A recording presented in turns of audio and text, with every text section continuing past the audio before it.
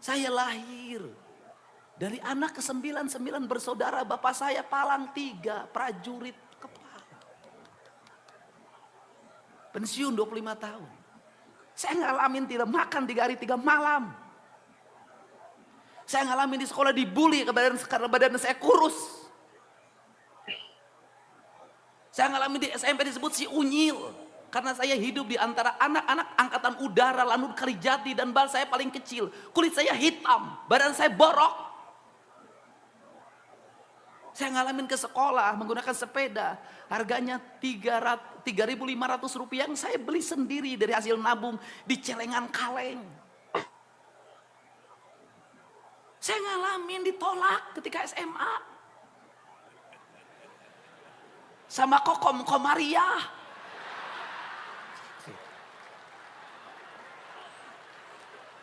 Masih ingat nama itu sampai sekarang. Sama Nur, tolak saya. Kenapa? Nggak tertarik sama saya. Orang ke sekolah naik motor, saya ke sekolah naik sepeda, SMA. Orang pulang sekolah nongkrong, merokok, nonton bioskop, ngalah suluh di kebun karet.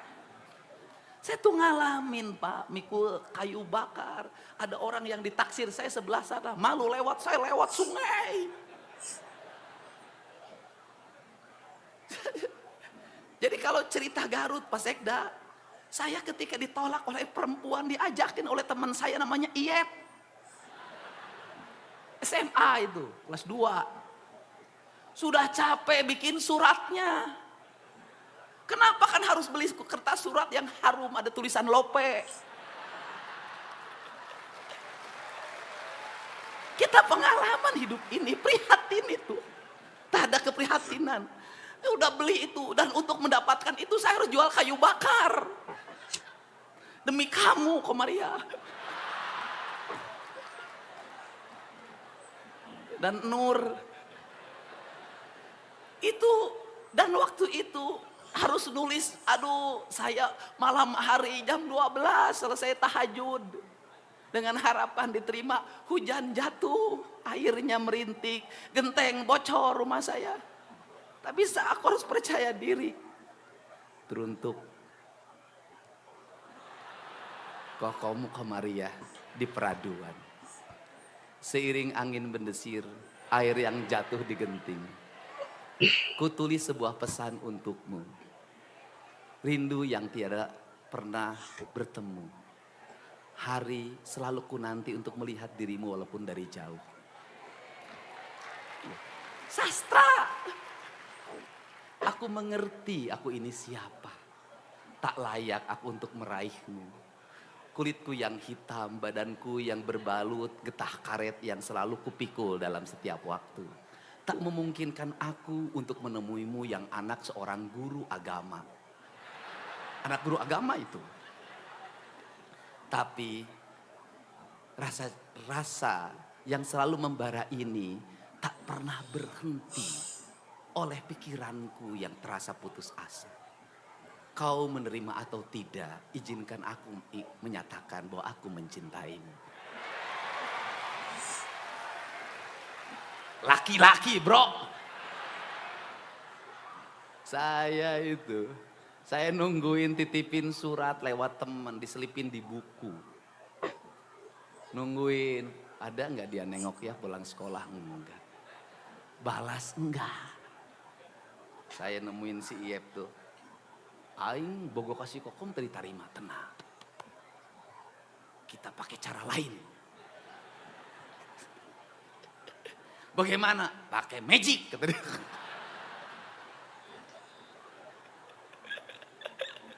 Yang angkatan sekolahnya 90-an lah ngalamin yang beginilah. Jadi bagaimana pakai magic? Udah puasa. Waduh saya puasa. Berapa hari? 40 hari. Waduh.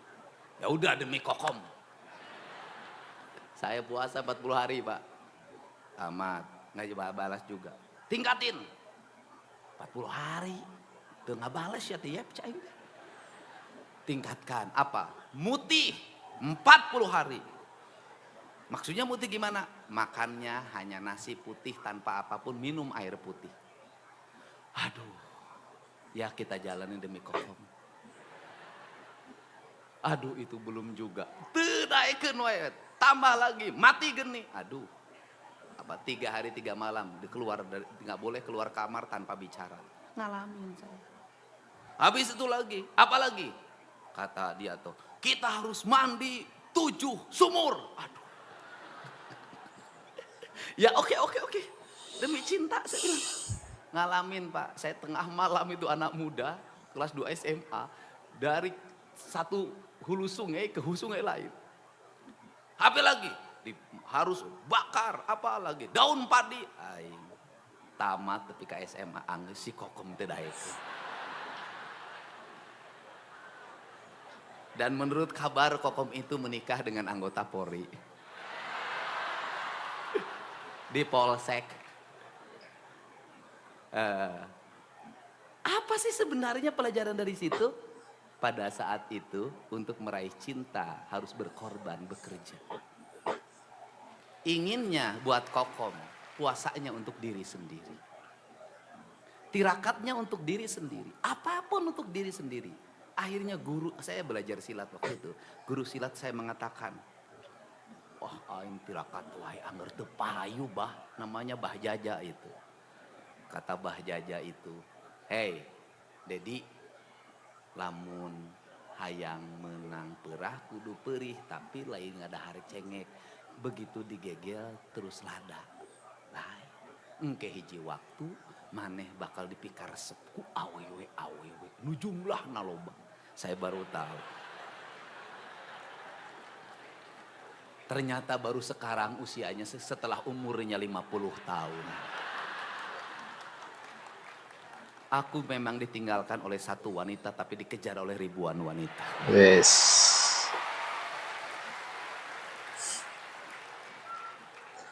Tapi sayang, cintaku tak akan pernah berlabuh pada yang lain. Kecuali Hyang Sukma Ayu. Dan sampai hari ini Hyang Sukma Ayu sambil menunduk bubuk dada mengatakan, "Ayah, jangan nikah lagi." Kenapa? Ayah punya Hyang. Hyang tidak mau ada saingan. Demi untukmu, aku rela untuk tidak nikah lagi di depanmu.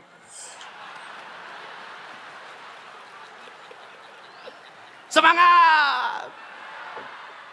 Jadi saya tuh ngajarin apa sih anak-anak Jawa Barat itu? Saya keberhasilan saya tidak mengambil, saya berhasil. Saya ingin menjadi keberhasilan anak-anak Jawa Barat. Saya ingin nanti ada gubernur Jawa Barat setelah saya bernama Udin. Saya ingin ada gubernur yang terlahir dari pemulung, ada gubernur yang terlahir dari buruh tani, saya gubernur yang terlahir dari tentara pangkatnya prajurit kepala palang 3, daftar akademi angkatan darat Akmil lulus. Kenapa tidak lulus? Berat badannya 47 kilogram, kurus. Ibu saya, atuh gimana, atuh harus jadi tentara. Kata ibu saya, kata bapak, kamu satu-satunya anak bapak yang ke-9 tidak ada penerus yang jadi tentara. Makan pepaya, dahar. Pisang, makan. Teman saya ngasih obat namanya Harsen. Biar makannya gede, badannya gede, kamu bisa jadi tentara. Kan kamu jadi backing saya nanti. Kata teman saya, aduh alhamdulillah saya minum pil Harsen. Boro-boro naik badan, pipi gede.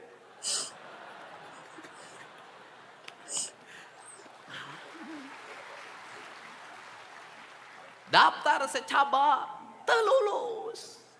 Akhirnya saya pindah ikut kakak saya, tinggal di rumah kontrakan, rumahnya mau roboh, tiap hari saya hanya makan nasi dan garam. Setelah itu apakah saya berhenti? Tidak. Saya bilang ke kakak saya mau kuliah. Di sini aja STH Purnawarman Purwakarta. Uangnya dari mana, Det? Ya udahlah kuliah aja, nanti juga ada rezekinya. Saya ikut kuliah kelas karyawan. Muridnya hanya 30, semua pegawai yang ngeskarolot. Kemudian saya nggak habis akal, saya dimodali oleh teman saya. Saya dimodali oleh teman saya, namanya Galih. Ingat saja sekarang pegawai Pemda Purwakarta. Jadi anak buah saya ketika jadi bupati, saya dikasih uang waktu itu 1 juta. Kemudian saya buka kantin, jualan bala-bala. Di sekolah jualan gehu, lemper. Tiap hari begini, nungguin anak-anak sama Purnawarman jajan. Habis itu saya punya kontrakan sendiri. Itu saya ingat betul, saya punya teman namanya Komaruzzaman, pegawai pengadilan agama Purwakarta, kemudian Pak Komar masih sehat. Jarak dari rumah kontrakan saya ke sekolah itu 5 kilometer. Saya ngakalin diri untuk gratis. Ketika pulang, berangkat saya jalan kaki, pulangnya apa? Saya lapar nih, tapi gimana uang saya biar gratis nih, biar awet. Saya ikut sama temenin Pak Komar jalan, Pak Komar juga. Nah, hanya untuk apa? Karena setiap pulang dengan Pak Komar, saya pasti diajak makan nasi goreng. Gratis. Jadi, buat anak-anakku, tidak ada alasan bahwa Anda miskin, Anda tertinggal. Tidak ada alasan. Apa yang terjadi di abad hari ini? Sudah miskin, kemudian memproklamirkan kemiskinannya. Lemah.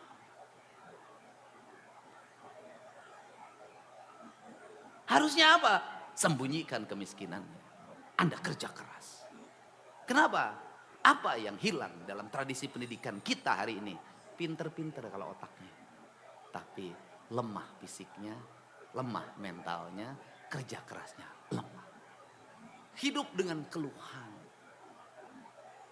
Berkeluh kesah di media sosial.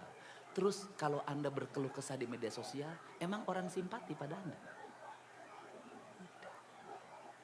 Kerja keras. Oke guys, dari kisah Kang Deddy tadi memberikan kita pelajaran bahwa penolakan bukanlah akhir dari segalanya, melainkan awal menuju takdir kehidupan kita yang lebih baik. Oke guys, sampai di sini dulu. Assalamualaikum warahmatullahi wabarakatuh.